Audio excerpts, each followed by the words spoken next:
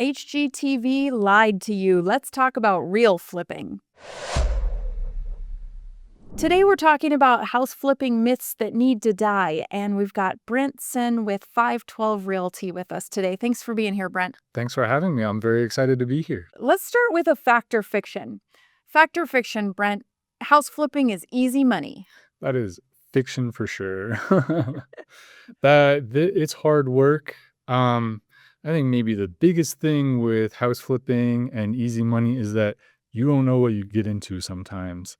And you might tear down a wall to find out there's a lot of damage that you have to do or that you've discovered and you have to like make up for that. And so there are many, many times where flippers lose money. It is not easy. Boy, I know I said in the intro that HGTV lied to us, but I learned a lot from some of those fix and flip shows.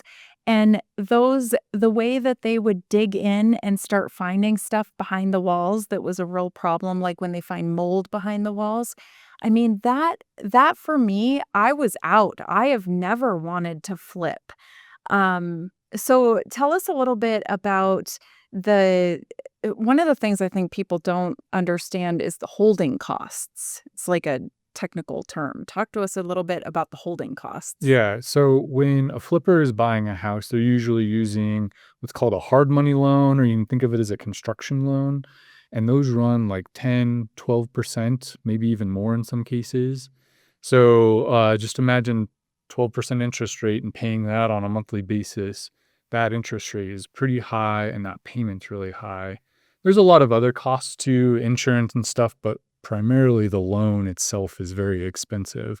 That's the second most expensive item aside from the actual rehab in a flip project. Gotcha. So, what has been your biggest surprise when you've bought a project house to flip and you started tearing into it and you found a terrible surprise? Like, what's the worst thing you found so far? I bought one house where during the sales process, it was told to us that the sewer line had been replaced along with the roof and had a 50-year roof on it. Um, and then post coming or figuring it out a little bit later, those things had not been done, or more specifically, had not been done very well. To the point where that was a surprise. So then you had to go in and upgrade or fix all of these because those are the big ticket items. Those are the big ticket items. Yep. Yikes. Yep. Have you had issues with construction crews? I know that's another reason why I have never gotten into flipping because I never felt like I had I felt like you needed to have a construction crew kind of like in your pocket at the ready and not like somebody who may or may not show up or like maybe now they leave your job to go do another job and you don't and that blows your timeline. Yeah, absolutely. Like if you were a home buyer looking to update your house and maybe you get it spruced up to resell it, if you go out and get a construction worker, right, they're going to charge you a lot. They know they see this as a single project, and so they have to account for that, and then they're not going to be working after the end of that. So you as a homeowner are going to get charged more. As a flipper, you're running a business, so you're trying to string along your projects so that you have one crew that's busy that whole time, and a part of that is you're more efficient and more cost effective that way. I forget your original question, but oh yeah, you didn't want to do it because you felt like you didn't have a team in your pocket. Yeah. Well, yeah, because I mean, this whole idea about flipping being easy money, like there's a lot of different trades that go into building a house or renovating a house. And so it's not just like you need one person to help you, do all this work. Like you need a lot of different people with specialized experience. Yeah, that's absolutely true. And you got to get good people, reputable people. There's also something you got to keep in mind that like sometimes, even though their last 5 projects they did really well, that they might start tapering off as well. So it's definitely a process to find and vet your contractors, Mhm. your subcontractors, whoever's involved, and then also holding them accountable. you kinda gotta be able to, like, see through the BS and make sure that you call them out if they're not doing something that they should be doing or something like that. Do you have a certain margin that you're looking for? Like when you look at a project, at taking on a project, and you look at what you think that the after rehab value is or the ARV, what are you looking for that would make you either say yes to a project or pass on it? Yeah, there's kind of 3 components that I'm looking at when I'm looking at a potential project. One is the purchase price. The other piece is my estimated rehab, right? So walking through the house, everything that I can see. Maybe there's things I can't see. What I think that rehab is, and then the ARV. And there's some other costs like the holding costs we mentioned earlier. What I'm looking for at the end of that is 10% of everything that I've put in. So the purchase and the rehab, I'm looking to get 10,000 or 10%, hopefully in the $50,000 range, something like that in a flip. And are you the majority of the time hitting that, or are you having roadblocks or surprises come up that cause you to not hit that 10% part of the time? Yeah, I would say very commonly you're finding that you're doing a little bit more work than what you anticipated. Either the timelines get pushed out because of permitting, or you discover a different problem. And so oftentimes that's just like what you're shooting for and hoping for. And then that slowly gets eaten away with kind of each delay and each cost. Yeah. Okay, well, hopefully we have wrapped this up that flipping is not easy money. Let's talk about another myth that's pretty common about flipping. This idea that all flippers are just cutting corners.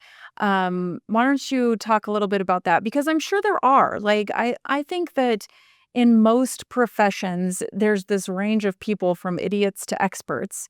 So I'm sure there are flippers who are cutting corners, but let's get your kind of thoughts on what's going on out there with that. Yeah, I think maybe a better way to phrase it is they're more price conscious Mm. about what they're looking for in a project and where they're going to save money. Um, if we kind of take that formula we were talking about before, right, about how I'm expecting a certain amount of money, if a certain cost comes up, right, I'm going to be looking to see if I can change my scope of work elsewhere to hopefully save money. Maybe it's not quite as nice of a rehab or something like that. So it's not quite as nice finishes.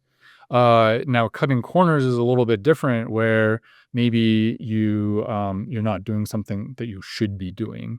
And so you definitely have to be conscious. So flippers will get themselves into trouble sometimes, and they'll definitely degrade some of the stuff that they're doing. Hopefully, they're not cutting corners, but that's unfortunately, some people are not always good at that.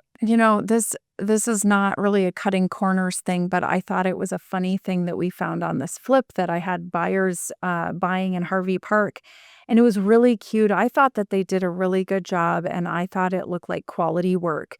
But when we had the inspector come in, one of the things that we found out was that they had put in new appliances, right? And one of the things they put in was this really nice stove oven combo and like a nice brand new microwave. And whatever they had put in right there, the circuit that it was going to on the electrical panel actually wasn't big enough to handle it. So you couldn't have the stove and the oven and the microwave on all at the same time. It was tripping the breaker. And they probably didn't even realize that. And fortunately, they were really easy to work with in terms of like, oh, yeah, no problem. We'll get that fixed. But I just thought that that was a funny little, again, not a cutting corners thing, but just something that, they were upgrading, but they didn't upgrade the whole thing as it needed to be. And I don't think it was on purpose, but Yeah, yeah. That's definitely things you gotta look out for. okay. So here's our next myth. If it looks new, everything is probably new, everything's good. What do you think about that? No, I would not agree with that. That would be a busted. Like I said before, flippers are very price conscious. If something has good livability or life on it, a flipper won't necessarily do it. Sometimes they will, like a house. will have a bathroom that's already been redone by the prior owner, but the rest of the house is not. So they might leave that one particular bathroom in, and it might be kind of like doesn't fit in with the rest of the house. So definitely that's a part of what's going through their minds when that. So not everything's new. All the critical stuff should be brought up in an inspection. So that stuff should be brought to light naturally. I think it makes sense. I mean, if you're flipping houses, if it ain't broke, don't fix it Yeah. is probably something that, a lot of flippers probably live by, is my guess. Yeah, absolutely. And they don't want to do something that they would have to do more work with. So oftentimes they won't do something if they don't need to, even though, like, maybe that's something that I would personally want to do as a homeowner, right? They won't do because if they do that, they might find something that they don't want to fix or something like that. So if they don't need to, they're not going to touch it. I think a good example of that might be like a furnace, because Mhm. a furnace has a pretty long life. I think it's like up to 30 years. And so, you might see a furnace that's 20, 25, 28 years old. Maybe it's even more than 30 years old. But if that thing's in there and it's running and it's working, they have no reason to replace that. So as a buyer of a flip, I think you just need to be aware of that. I don't think that you can expect that everything is brand new. Correct. Yeah. And that's something you would always want to keep an eye out for. All right, let's move to this next myth. Flips are always overpriced. So we were talking about this one off camera a little bit. I don't know who thinks that. That doesn't feel true to me. So let's get your thoughts on it. Yeah, I would totally agree with that. I think flippers want to sell their house quick, right? We Mhm. talked about holding costs, right? That definitely impacts their bottom line. So if they have to hold something for an extra month, that's less money in their pocket. So they're very in tune with it. I will give one maybe example where that's not true, which is like we've seen the market shift over the last year or so. And there were a lot of wannabe flippers or people that were very optimistic, overly optimistic in their flips. And so when it came to the market and the market had shifted, they had it overpriced because that's what they needed to maybe even break even. So yeah, that's something that we've seen recently where some flippers are not making money or the prices are the houses are overpriced. Yeah, so it can be overpriced, but I think that you would see a flip kind of at the top of the price points. Like when I'm looking at homes in the neighborhood and I'm looking for comparable properties, that a flip that looks like it's all new and it looks like it was done well, you can expect that that price point is going to be near the top, maybe even at the top of any comps in the neighborhood, because it is all brand new. But I don't think that necessarily means that it's overpriced. And in a buyer's market, I mean, they're going to have a tough time getting more than whatever the next highest price comp is. And that's one of those dangers. We were talking earlier about flipping being easy money. And one of the things that makes it not easy money is, like you said, you get a market shift. Nobody knows when a market shift is coming. But that happens and everything just changes. The market changes and you just have to roll with it. Yeah. Start slashing prices. Yep. I fully agree with you that they're shooting for the top of the market, right? That's Mhm. the whole point of doing something new. But yeah, they shouldn't be overpriced in that No. realm. Let's see what else. Well, and even well, I think this is a good point to make too about this. If you think that a flip is overpriced, or if you are, looking at a home that seems like it's more than the rest of the homes in the neighborhood, if you're getting a loan on it and you're not paying cash, like you've got that appraisal process that's going to happen. So, I guess I would call it maybe a safety check, even though I think appraisals are subjective. It is a little bit of a safety check because the lender is not gonna let you pay way more than what they think it's worth, so that's good. What else? So another myth is I should never sell to a wholesaler or a cash buyer or an investor. Um And I'm interested to see what you have to say about this because maybe I buy into this myth a little bit because I would tell a seller that a wholesaler or a cash buyer is going to be offering them less money than an owner occupant would. And selling it off market is going to get you less money than putting it on the market and trying to find an owner occupant buyer. Now, at the same time, if it's not turnkey and if it needs to have a lot of remodeling done or if it's in bad shape, it's going to be a lot more difficult to find a buyer because we talked earlier, buyers want turnkey, buyers don't want projects. So tell me more about selling to wholesalers and cash buyers. Yeah, I think there are some situations where selling to a cash buyer makes sense, and we'll be getting to that later. Yes, we have a whole nother episode about selling to wholesalers, so look for that. What's another myth? Flippers are only in it for the money. What do you think? Yeah, I don't think that's entirely true. Like, they definitely have a financial objective in all of this. We've mentioned how they cannot make money as well. But there's also this idea of restoring a neighborhood, of taking a house, something that was old, and really bringing new life and new functionality to it.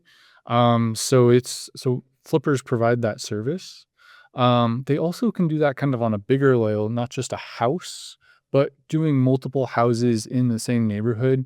When I flip a house, I often go to all the neighbors and ask them if they're interested, right?